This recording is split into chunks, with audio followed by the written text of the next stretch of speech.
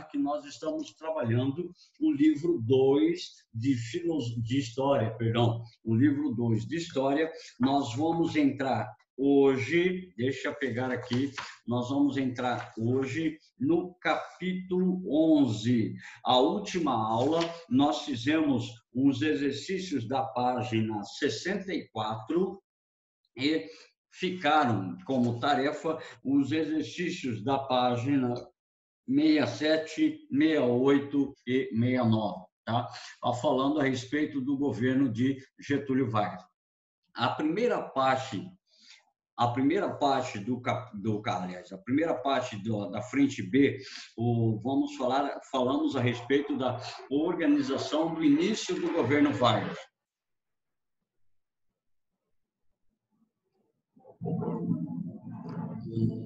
Desculpem, é que está passando um avião aqui muito barulhento.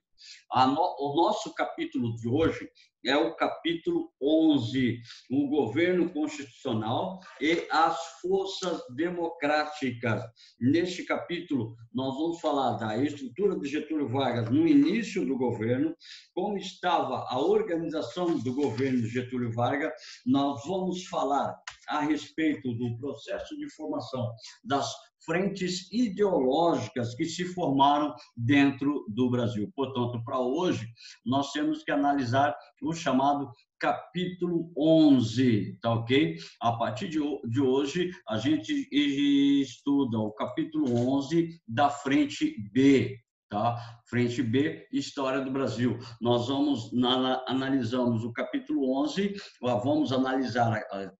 analisamos o capítulo 10, vamos analisar o capítulo 11 da frente A e depois nós vamos analisar os restantes do capítulo, chamado capítulo 12, para a nossa análise, para a nossa sequência. Depois a gente retorna ao que nós vamos chamar de frente A, História Geral. Então a gente continua em História do Brasil. Primeira coisa que nós devemos lembrar, que nós falamos na última aula, que necessariamente o governo de Getúlio Vargas estava previsto para durar 2 anos, portanto, 31 e 32, no ano de 31 e 32, porque ele vai assumir já no final de 1930. Em novembro de 1930, Getúlio Vargas assume o controle da presidência do Brasil por um mandato de 2 anos, portanto, ele ficaria 1931 e 1932 sob o comando da estrutura política do Brasil. Só que ele chega com o pensamento nacionalista e a centralização política dentro do Estado.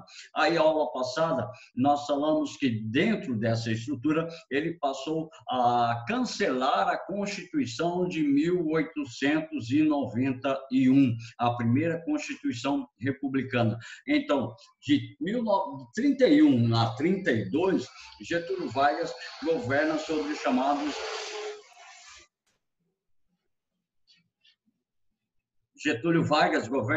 chamados decretos de lei, ou seja, aí, inclusive até a Maria Bortoluzzi perguntava o que era governar sobre decretos de lei. Eu falava aqui, só um pouquinho.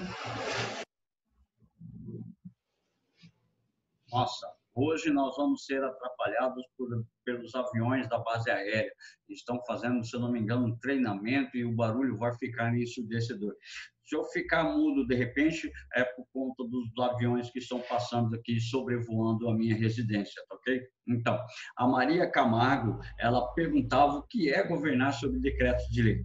Aí eu respondia da seguinte forma, que durante o governo provisório de Getúlio Vargas, nós temos o cancelamento da Constituição de 1891. Portanto, governar sobre decretos de lei é governar medindo os seus esforços dentro da estrutura própria, ou seja, sem nenhuma legislação, sem nenhuma constituição para limitar os poderes do presidente, ou seja, aquilo que o presidente decretava era lei, obrigatoriamente deveria ser seguido. Em relação a isso, nós falamos que os fazendeiros paulistas, ou as oligarquias, foram retiradas do poder, as oligarquias de São Paulo e Minas. Eles foram retirados do poder e comandaram a chamada Revolução de 1932, também conhecida como a Revolução Constitucional de 1932, ou seja, os paulistas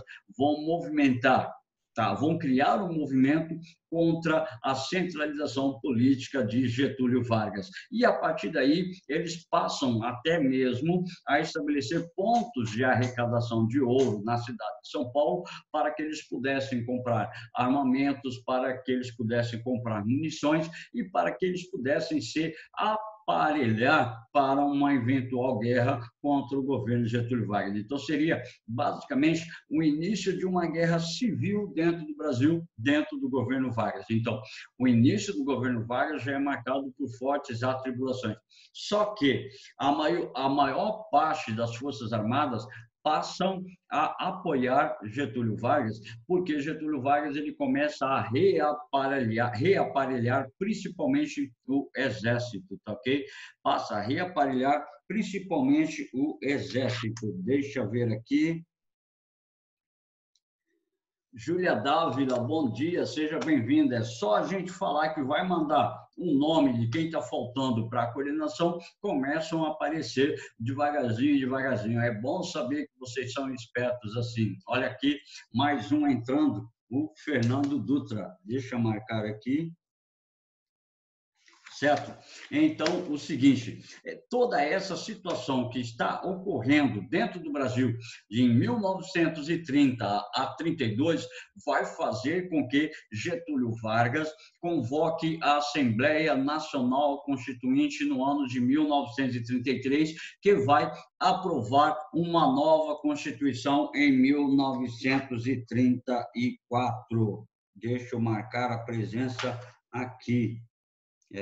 Quem é que entrou? Matheus Apel, tá vendo? É só a gente falar que vai mandar um nomezinho para a coordenação, o pessoalzinho que gosta de faltar começa a aparecer. Seja muito bem-vindo, Matheus Apel, à nossa aula, certo? Então, a partir dessa ideia, em 1934, nós temos a aprovação da segunda Constituição Republicana no Brasil. E essa Constituição, ela foi aprovada, ou seja, ela foi sancionada em 1934. E a partir de 1934, Getúlio Vargas é eleito indiretamente para o mandato presidencial de 4 anos, portanto, 35, 36, 37 e 38. Getúlio Vargas passa a governar constitucionalmente. E o que isso quer dizer? De acordo com a nova Constituição que foi estabelecida, que foi apresentada em 1934. Só que sempre importante lembrar que dentro do governo Vargas não foi necessariamente uma ideia simples e cômoda que ele estabeleceu o seu governo. Começaram a surgir frentes ideológicas dentro do governo de Getúlio Vargas. E é sempre bom lembrar o contexto histórico que nós estamos vivendo no período 1930-1939, tá ok? Já falamos disso aula passada e em aulas anteriores, e a gente volta a repetir, tá? A partir de 1920, 25, 26, mais precisamente a partir da década de 30, nós temos a ascensão dos regimes fascistas na Europa, o nazismo na Alemanha, o fascismo italiano, o fascismo espanhol, chamado de franquismo, e o fascismo português, tá? Chamado de salazarismo. Mas dentro dessas possibilidades, dentro dessas ideias, tá? Dentro dessas ideias, nós temos o desenvolvimento do pensamento ou da política de Getúlio Vargas. Deixa eu pegar aqui, deixa eu ver, aqui. Tem gente fazendo gracinha com a minha tela. Por favor, é muito bom você parar de ficar riscando a minha tela, tá ok? Não vai ficar riscando a minha tela, porque eu posso buscar aqui o IP e descobrir quem é o cara que está fazendo gracinha e mandar o nome automaticamente para o Rodrigo, para a Iara, para coibir esse tipo de gracinha, tá ok? Então, muito obrigado por colaborar com a aula. Não vai ficar riscando a minha tela, certo? Então, é o seguinte, a partir de 1934, o governo de Getúlio Vargas, sendo o governo constitucional, incide diretamente em algumas condições fundamentais. Então, a partir de 1934, é instituído no Brasil o chamado voto secreto, obrigatório e direto. Voto secreto, nós já sabemos, a partir de agora, o seu voto é seu. Ninguém precisa ficar sabendo em quem você votou, diferente do que acontecia no período das oligarquias, onde você levava a cédula do candidato que você iria votar. Então, o voto passa a ser obrigatório a todos os indivíduos que possuem, tá, uma condição para votar. A condição era ser alfabetizado maior de 21 anos, tá ok? Então, se você tivesse idade igual ou superior a 21 anos, você poderia votar. E direto significa que você votaria no candidato da forma com a qual você quiser. Você votaria direto para presidente, você votaria direto para governador. Então, essas ideias, elas são estabelecidas pela Constituição de 1934. E entendam, por favor, o voto feminino, pela primeira vez na história, as mulheres puderam estabelecer o sufrágio, ou seja, puderam estabelecer o direito de voto dentro da estrutura da política no Brasil. Então, dentro dessa possibilidade, nós temos que entender que o governo de Getúlio Vargas foi o primeiro, tá, a estabelecer o direito de voto para as mulheres. Só que tem um detalhe, não era toda mulher que poderia votar. A mesma condição acima era imposta para as mulheres, como, por exemplo, ela deveria ter no mínimo 21 anos, tá? E ser alfabetizada. Se ela não fosse alfabetizada, ela não poderia exercer seu direito de voto. Então, na verdade, eram poucas as mulheres que tinham esse direito de exercer o voto. E a criação da justiça eleitoral foi muito importante para moralizar a questão do voto. Se vocês se lembram, no período das oligarquias, não havia uma condição de controle eleitoral. E os grandes fazendeiros manipulavam da forma como quisessem toda a estrutura política do direito ao voto, certo? Deixa eu pegar aqui rapidinho. Deixa eu ver aqui. Cadê? Ué, saiu? Deixa eu ver.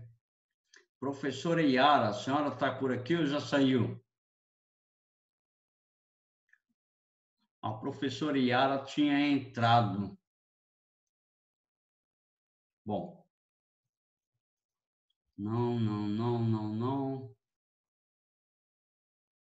Ela deve ter saído. Se ela entrar de novo, a gente para a aula para ela poder fazer o comentário que ela precisa. Certo? Então, vamos voltar de novo à nossa projeção. Tá? Deixa eu pegar aqui só um pouquinho. Deixa eu ver se ela me mandou alguma mensagem. Deixa eu ver. Só um pouquinho, a gente já retoma. Que ela entrou, ela pediu permissão, eu dei a permissão e acho que ela saiu. Deixa eu voltar aqui. Bom, ela não me mandou nenhuma mensagem no celular. Não. Se ela entrar de novo, a gente permite que ela dê o recado que é necessário, certo? Então, para a gente poder estabelecer a ideia, deixa eu ver aqui. Aí, bagunçou tudo aqui, sei lá o que eu fiz.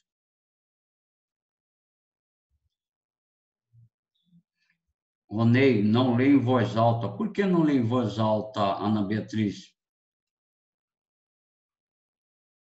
Não entendi. Ana Beatriz? Abra seu Ô, Ney, microfone. pera aí que Oi. eu tô escrevendo, calma. Ah, tá bom, tá Não é pra ler em escrevendo. voz alta, tá bom, Ney? Tipo, de verdade. Ah, escrevendo no chat. Ah, tá, entendi. Deixa ver, ela vai mandar uma mensagenzinha no chat para ler em voz alta.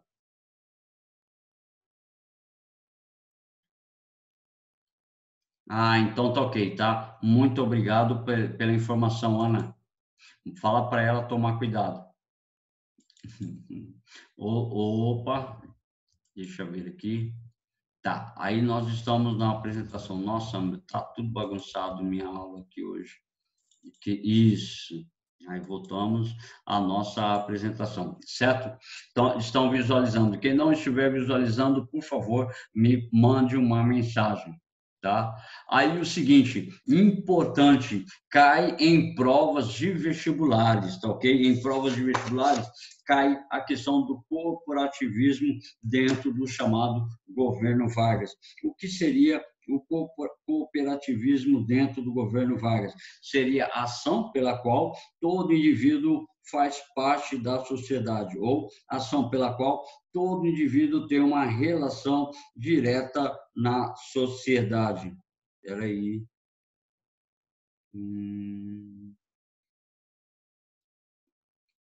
Ok? A própria situação está bem clara quando a gente fala assim, o corporativismo é a ideia de que todos os indivíduos fazem parte da nação. Não existe nação sem indivíduo e indivíduo sem a nação. Aí ele pega alguns elementos do pensamento fascista europeu, do elemento do nazismo. Aí, a aula passada, nós falávamos que a política de Getúlio Vargas é conhecida como a política do chuchu. E em algum lugar você vai ver ainda essa expressão. A política de Getúlio Vargas é conhecida como a política do chuchu.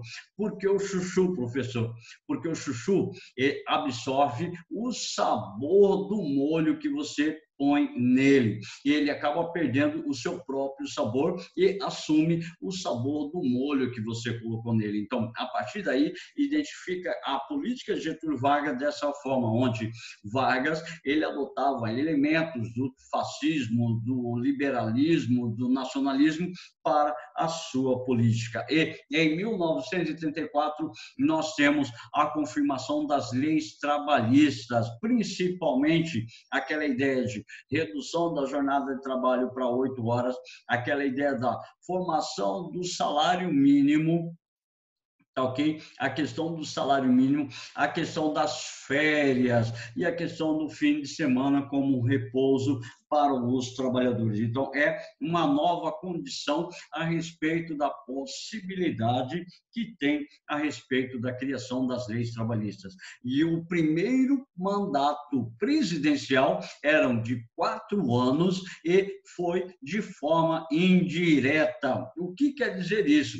Em 34, estabelece o voto secreto obrigatório e o voto feminino. Só que a primeira eleição, a partir de 1934, essa primeira eleição ela seria indireta, ou seja, a população não participaria do processo eleitoral. Então, o presidente seria indicado por uma junta eleitoral, e essa junta eleitoral indicou Getúlio Dornelles Vargas para a presidência da República do Brasil para 4 anos, portanto, 35, 36, 37 e 38. Mas é sempre bom lembrar que em 1937 Getúlio Vargas dá o golpe, é chamado o golpe do Estado Novo, ou o golpe de Getúlio Vargas, onde ele inicia a ditadura varguista e intervenção do Estado na exploração de minérios, principalmente minério de ferro, principalmente o manganês e o alumínio. Tá? Então, a partir daí, nós temos a intervenção direta do governo de Getúlio Vargas dentro da estrutura política do Brasil. Aí vem assim, um panorama, tá? Opera, deixa eu passar aqui, trocando slide. Passei demais, tá? Aí nós temos duas correntes políticas contrárias, antagônicas, opostas que vão surgir dentro do Brasil. Só que se você pegar, por exemplo, a página 71 do nosso livro-texto, a página 71, coluna da direita, você vai ver, tá? Uma foto com Benito Mussolini e Adolf Hitler. É sempre bom a gente lembrar o contexto histórico que estamos vivendo. Nesse período, estava em ascensão, os regimes totalitários, ou seja, os nazifascismos. Aí, no nosso livro-texto, na página 71, o segundo parágrafo diz assim: estavam em xeque os princípios da regulação do Estado por uma Constituição, por mecanismos de representação da vontade popular e por instituições que garantissem a soberania das leis da individualidade. Tá. Terceiro parágrafo diz assim: cronologicamente, pode-se destacar, em primeiro lugar, a ascensão política de Benito Mussolini no poder, um jovem que lutou na Primeira Guerra Mundial e que sua breve carreira de jornalista fundou um cenário de direita chamado O Povo da Itália. Eleito para o Parlamento de 21, fundou o Partido Nacional Fascista, com apoio do rei Vítor Emanuel e também da Igreja Católica Apostólica Romana, defendendo valores como o militarismo, antiliberalismo, anticomunismo e o culto à personalidade do governo. Mussolini governou a Itália com o apoio diplomático de Adolf Hitler. Então, começa o processo de ascensão das ideologias fascistas e também dos grupos contra o próprio fascismo.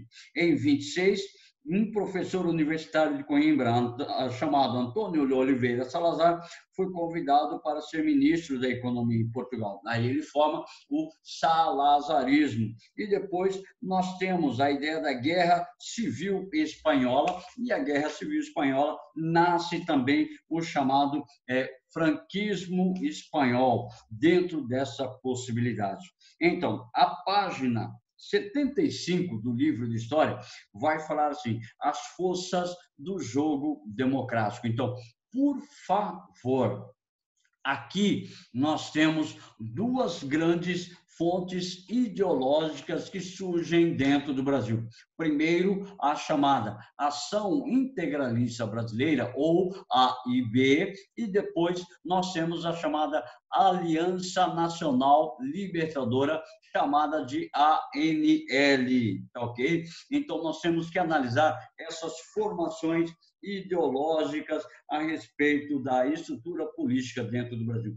Enquanto Getúlio Vargas está centralizando a política nas suas mãos, está surgindo, tá, dentro do Brasil, duas novas ideologias. Uma ideologia fascista e a outra chamada ideologia comunista. Se você quiser comprovar essas informações, assista o filme Olga, ou leia também o livro Olga, que trata a respeito dessa estrutura política dentro do Brasil. Então, tudo isso nós temos a partir da página 75. Então, vamos lá, analisando a nossa projeção, depois a gente retoma os passos do nosso livro-texto. Deixa eu marcar aqui para não perder. Tá. Então, nós temos assim: enquanto Getúlio Vargas está no poder, está subindo ao poder, na Itália, na Alemanha, na Espanha, em Portugal, estão formando, tá, os chamados totalitarismos. E Getúlio Vargas, ele vai pegar algumas influências desses movimentos europeus. Por favor. Existem pessoas, existem profissionais e existem alunos que chamam o governo de Getúlio Vargas de fascista. Não, o governo de Getúlio Vargas não é propriamente um fascismo. Ele pode estar centrado numa ditadura e pegar alguns elementos do fascismo, mas necessariamente nós não tínhamos um fascismo escancarado, e sim uma ditadura centralizadora, que possuía alguns elementos que podem ser identificados com elementos do fascismo, certo? Como, por exemplo, dentro do Brasil, então, temos a formação desse grupo fascista. E o chefe do movimento fascista brasileiro não foi Getúlio Vargas. Muito pelo contrário, o chefe do fascismo brasileiro, em muitas situações, se colocou contra o governo de Getúlio Vargas, tá ok? Então, nós temos assim, Plínio Salgado,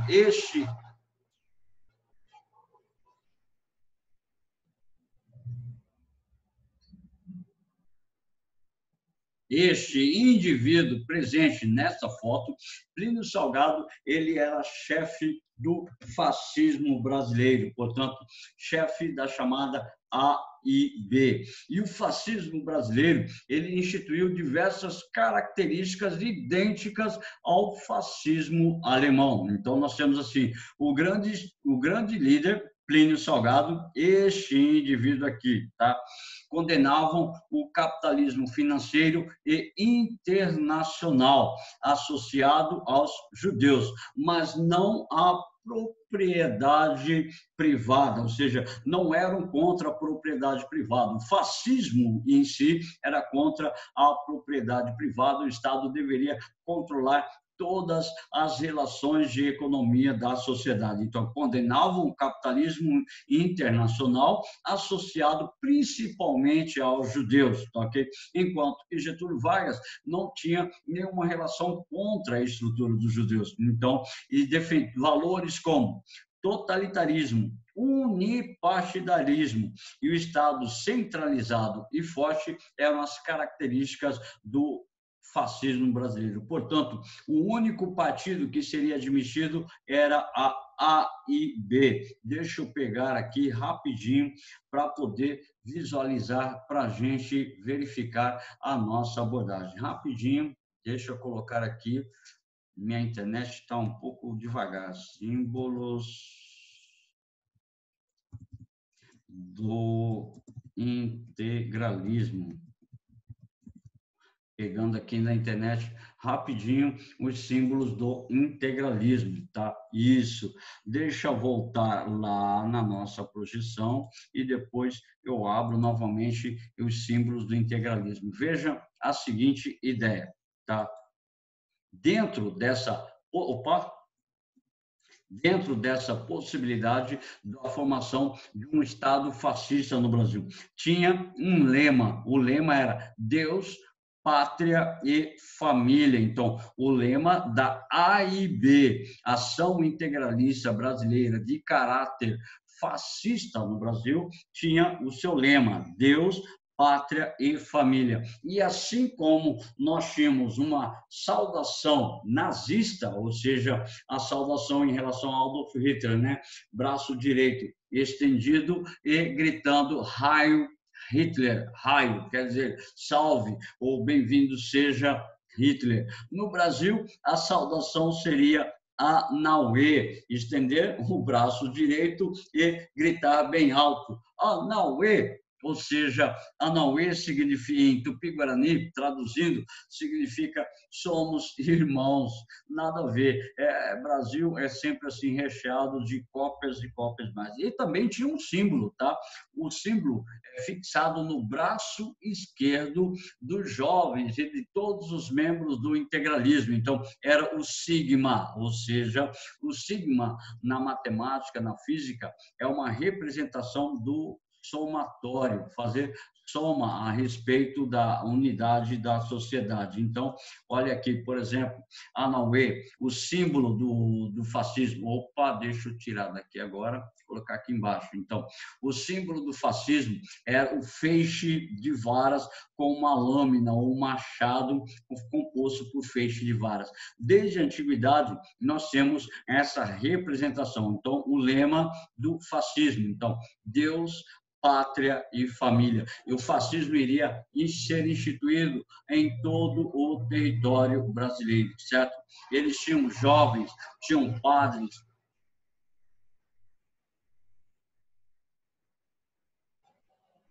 Passando agora é um helicóptero passando por aqui. Tá?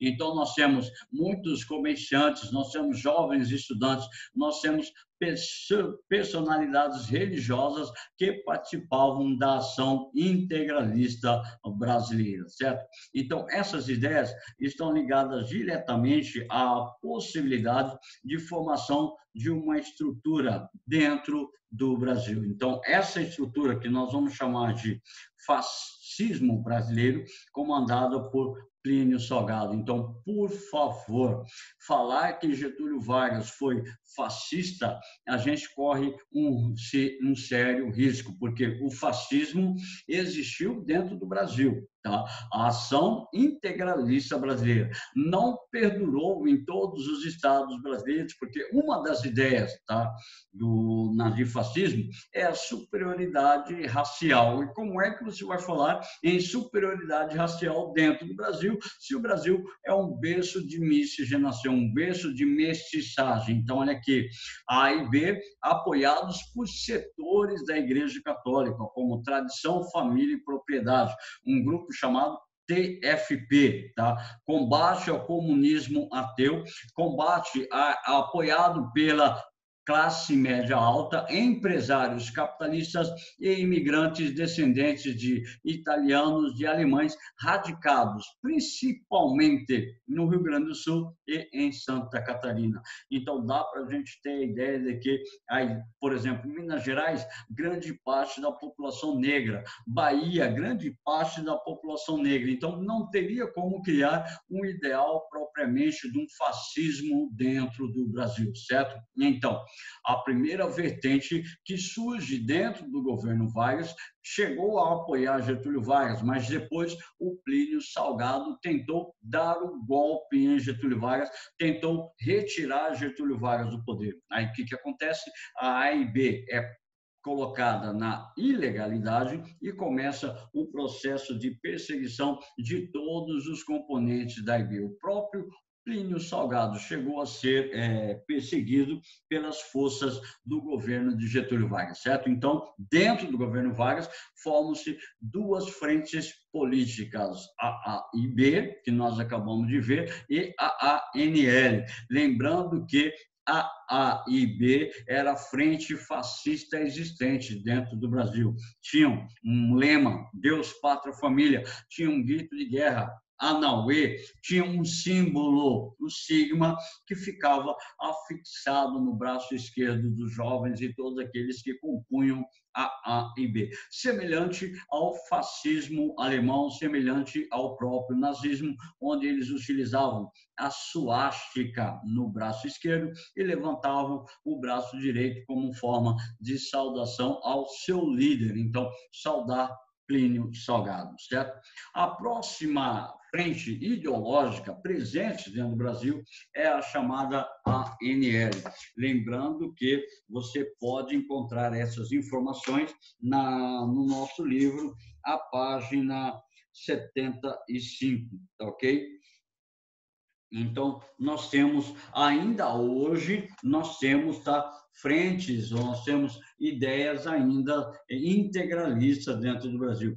Vai lá no Google, digita site do integralismo. Eu não sei de cor o endereço do site, mas digita site do integralismo no Brasil. Ele vai abrir e você pode ter acesso as ideias dos integralistas do Brasil. Até hoje existe um movimento integralista, não tem forças, não tem grandes expressões dentro do cenário político do Brasil, mas mesmo assim ainda existe a possibilidade de se encontrar algum registro acerca do movimento integralista no Brasil, certo?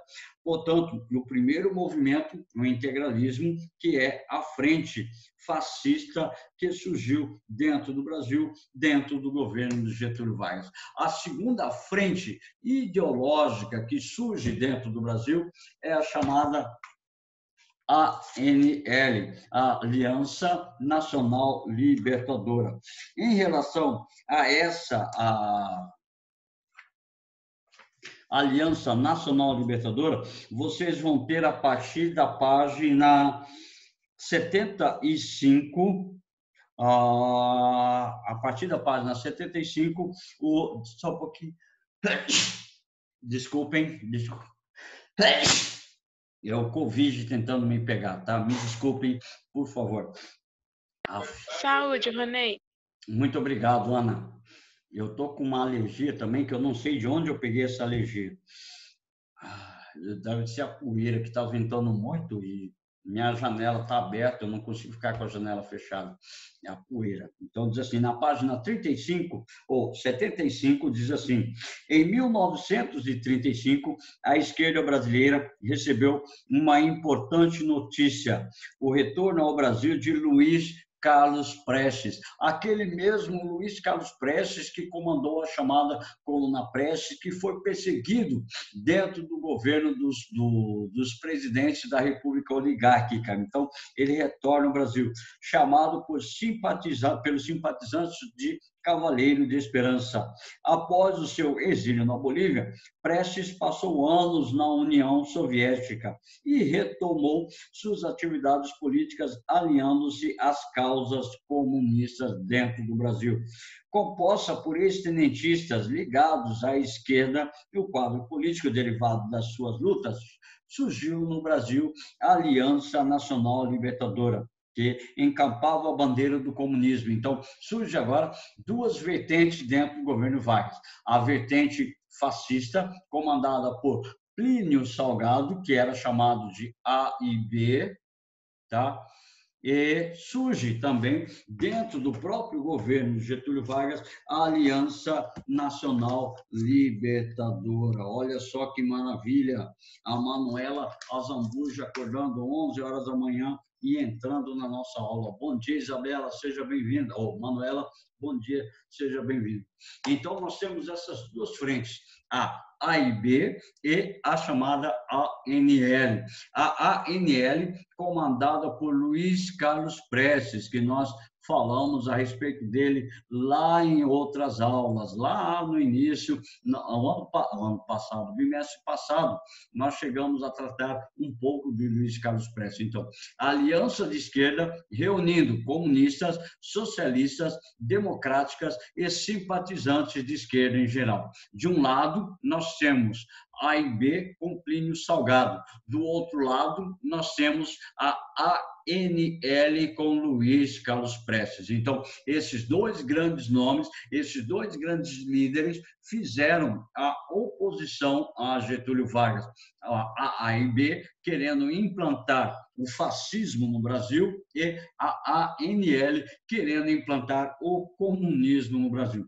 De forma que agora Getúlio Vargas tem duas vertentes para combater. De um lado, a vertente do comunismo, do outro lado, a vertente do fascismo que estava entrando no cenário político da Europa. Então, defendiam o não pagamento da dívida externa. O Brasil estava devendo muito já naquele período. Então, eles defendiam o não pagamento da dívida externa, a suspensão de qualquer dívida. Mas, veja bem, se você pegou dinheiro de um país ou se você fez um empréstimo num banco, obviamente, você tem que devolver, porque futuramente, se você não pagar um empréstimo, futuramente, se você precisar de novos empréstimos, se você precisar de novo crédito, você pode ser proibido de resgatar novos créditos, novos valores, mediante justamente ao não pagamento da sua dívida. Então, pressupõe a reforma agrária, eles eram a favor ao respeito às liberdades individuais, o direito de greve, liberdade de imprensa, liberdade de opinião, que nessa época Getúlio Vargas suspendeu qualquer acesso à liberdade de expressão, ao direito de greve, porque ele coloca dentro dos sindicatos, ele coloca dentro da estrutura política dos trabalhadores, gente que pertencia ao governo para impedir qualquer possibilidade de manifestação contra o presidente, tá? E a nacionalização das empresas estrangeiras e um governo popular. Só que aí o seguinte, tá? A nacionalização das empresas estrangeiras era um problema muito sério, porque nacionalizar as empresas estrangeiras é um sinônimo de implantação do comunismo, e Getúlio Vargas não era comunista. Portanto, Getúlio Vargas passa a colocar a ANL na ilegalidade. Por que ele coloca a ANL na ilegalidade e não a AIB? Que, a princípio, a AIB tinha alguns pressupostos que agradavam a Getúlio Vargas, como, por exemplo, olha aqui, o totalitarismo, unipartidarismo e o Estado centralizado e forte. Getúlio Vargas vivia numa condição de centralização do Estado. Então, essa centralização do Estado, segundo Getúlio Vargas, era necessária para desenvolver a estrutura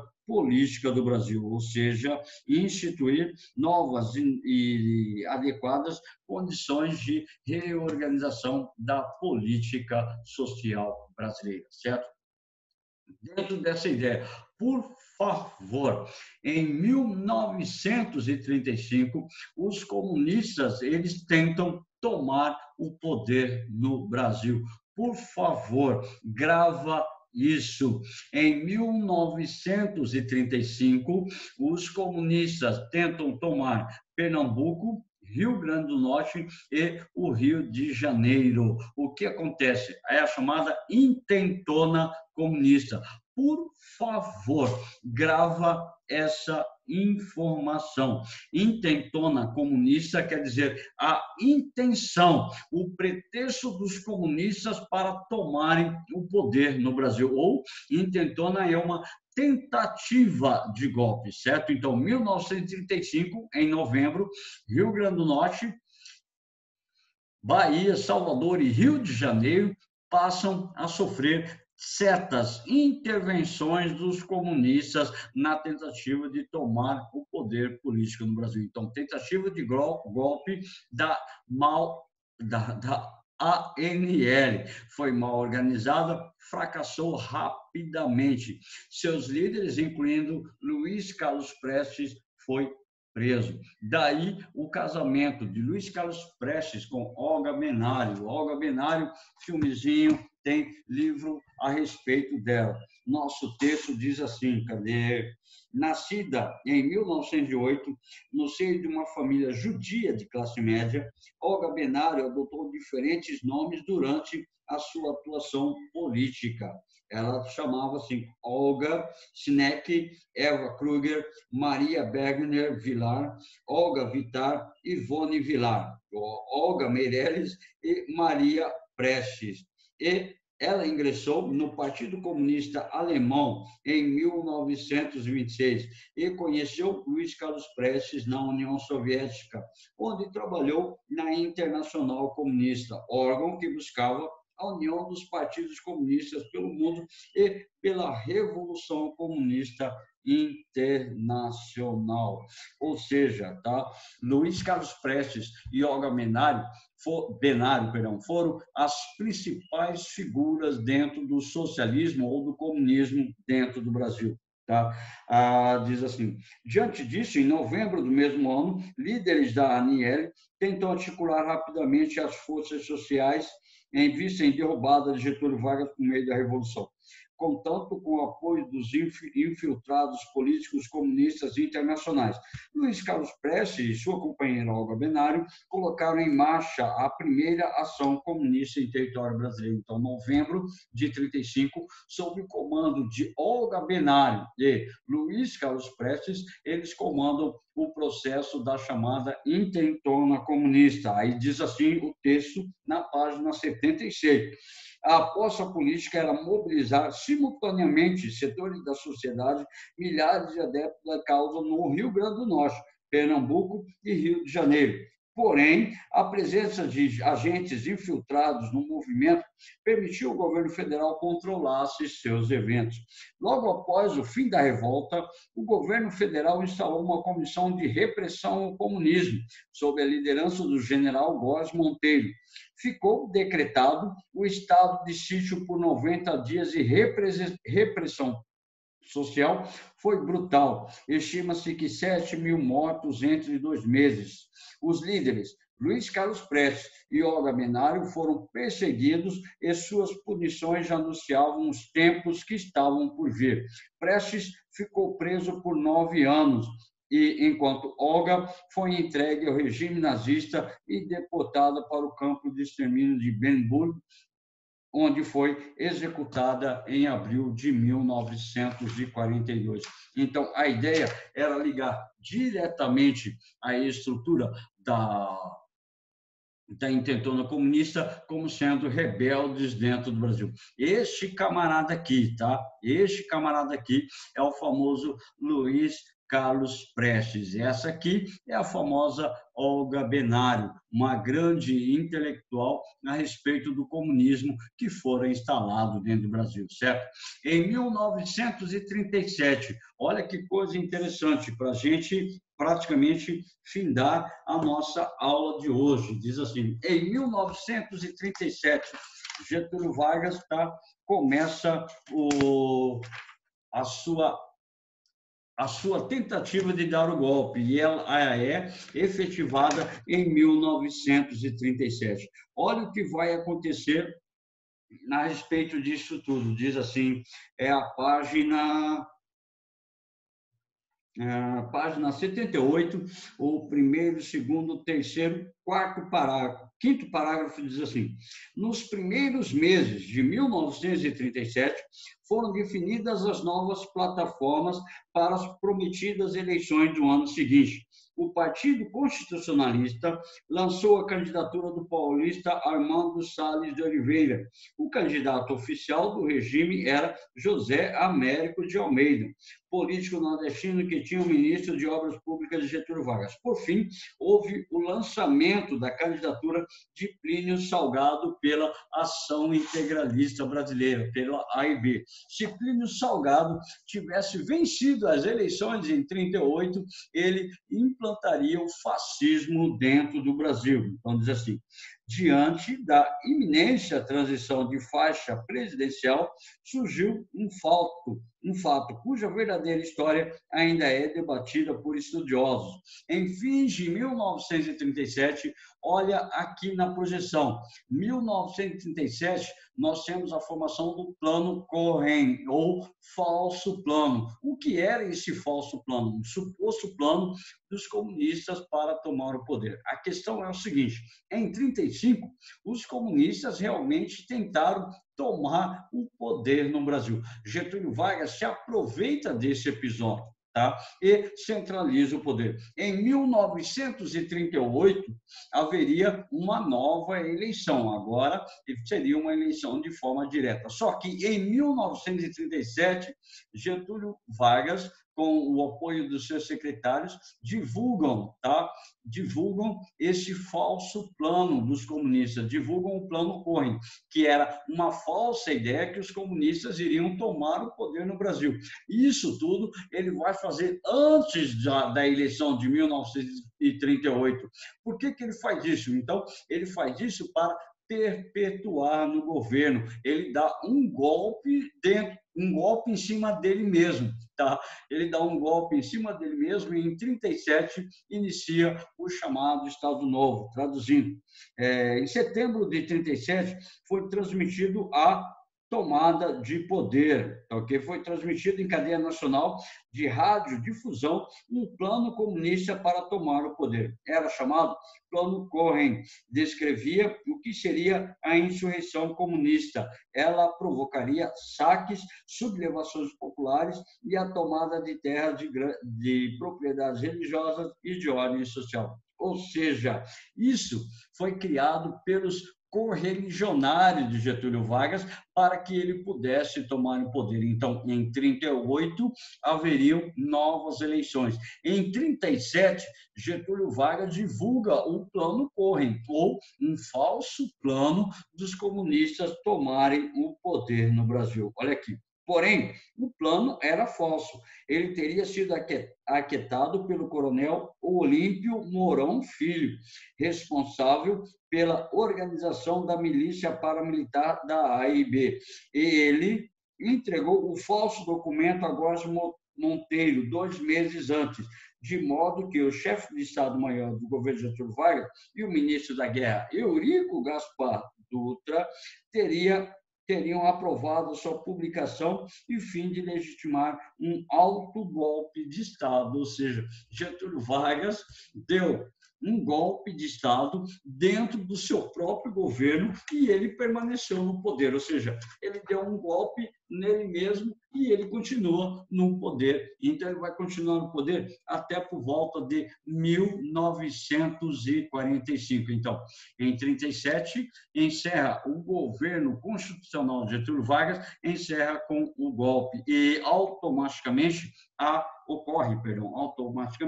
ocorre o fechamento do Congresso Nacional. E, a partir daí, se estabelece uma nova organização política dentro do governo de Getúlio Vargas. Deixa eu ver aqui. Ok, Aragão, vai com Deus, certo? Está marcado sua presença. Então, nós temos assim, o governo de Vargas foi constitucional de 1934 a 1938. Só que em 37, Maria Fernanda Flores não está conseguindo me ouvir. Mais alguém não está conseguindo me ouvir? Bom, eu estou achando que Então, o pessoal está me ouvindo. Maria Fernanda Flores, dá uma olhada, por favor, no seu volume, no volume do seu microfone também. Dá uma olhada aí, porque o pessoal está conseguindo me ouvir. Tá? Dá uma olhadinha aí, de repente você apertou algo sem querer, ou encostou no computador e bloqueou o som, certo? O Congresso é fechado e as eleições são suspensas. Deixa eu mandar mensagenzinha aqui para ela no chat, certo? Então, nós temos essa condição dentro da estrutura política do governo de Getúlio Vargas. Deixa eu mandar a resposta aqui para Maria Fernanda. Cadê a Maria Fernanda? Deixa eu mandar aqui. Maria Fernanda.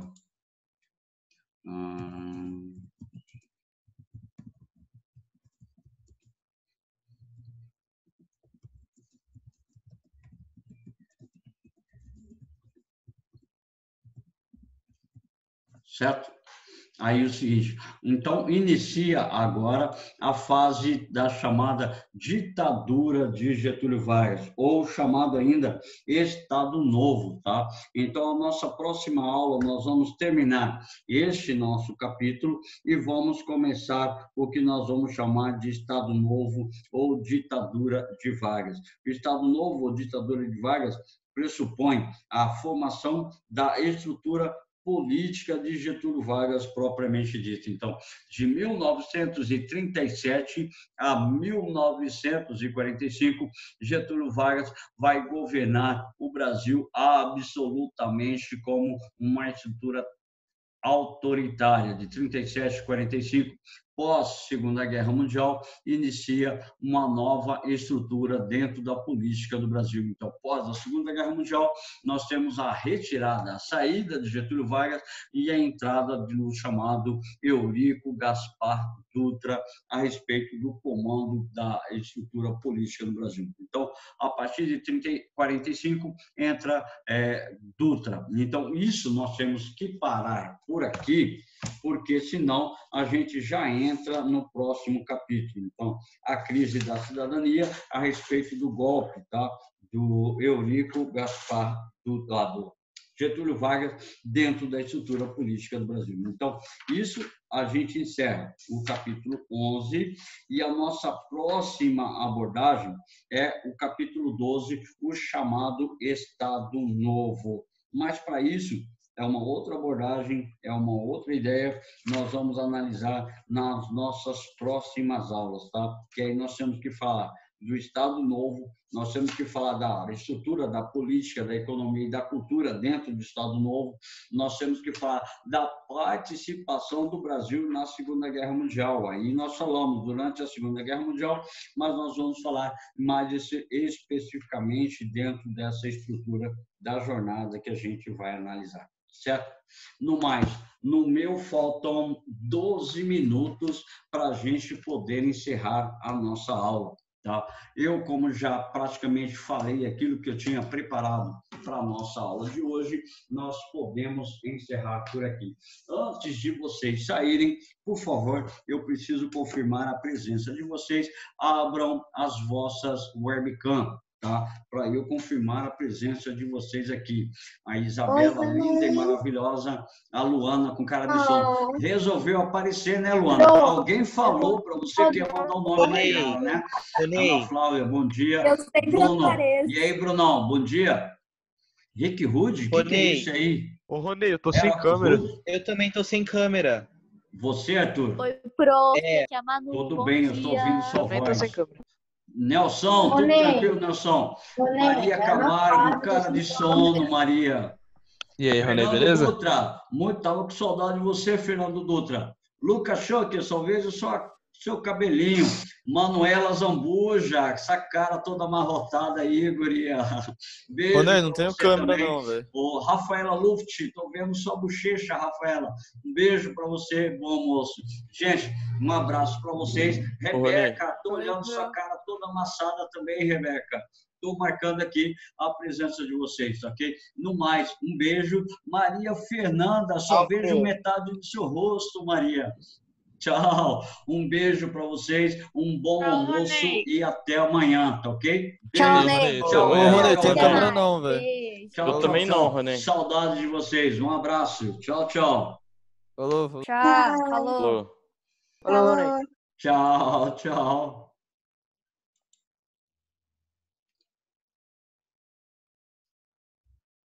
Valeu, Gabriel Turque. Você, eu sei que não tem câmera nem microfone, mas eu estou ligado aí na sua presença, viu? Cauê, tá sem câmera, tudo bem. Um abraço para você. Matheus Ronei, Correia. tava no computador. Ah, tá. Obrigado, Ana Flávia. Beijo para você e bom almoço. Tchau.